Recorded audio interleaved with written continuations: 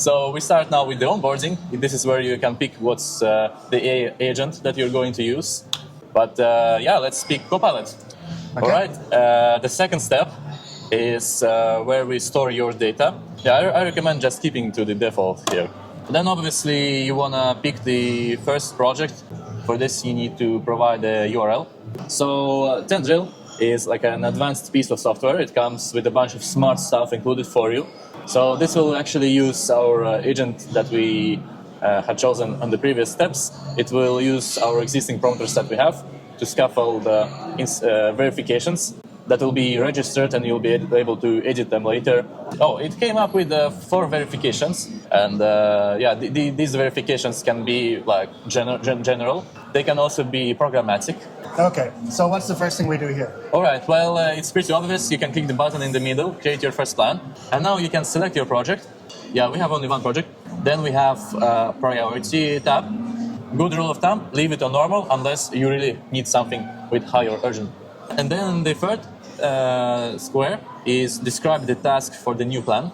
So this is essentially your prompt. The PR cost calculator is an app that like shows you how much it costs for your team to produce a pull request. And let's say like this week our team was on vacation and we don't want to include those days. So we can say introduce cutoff date for commits and pull requests. Let's say from November to April. Let's do something like that. So right now you can see it placed something in jobs. Okay. It had been running for like a minute. So you can queue as many jobs. Like you can define how many jobs can run in parallel. I'm gonna add one. I'm gonna add a smiley face to the title. Yeah.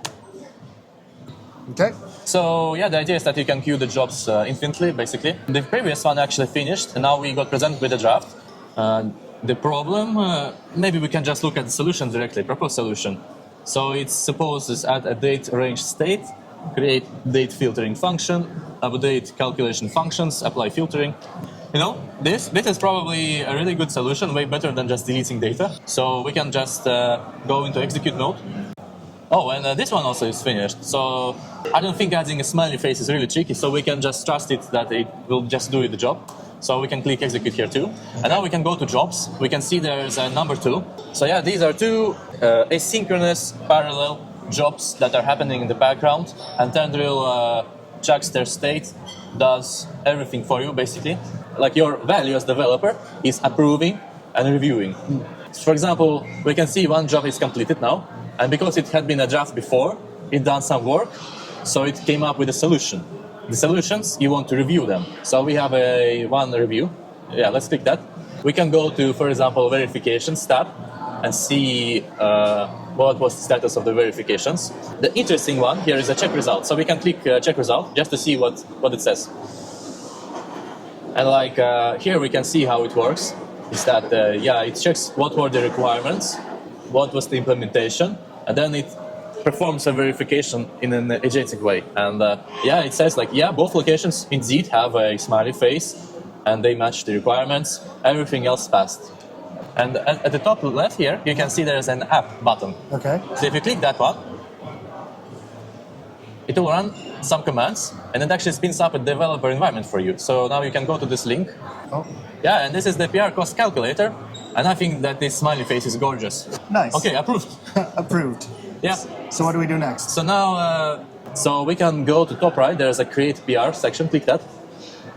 So I recommend for this one, we just do a merge. We do a delete branch, and that's it.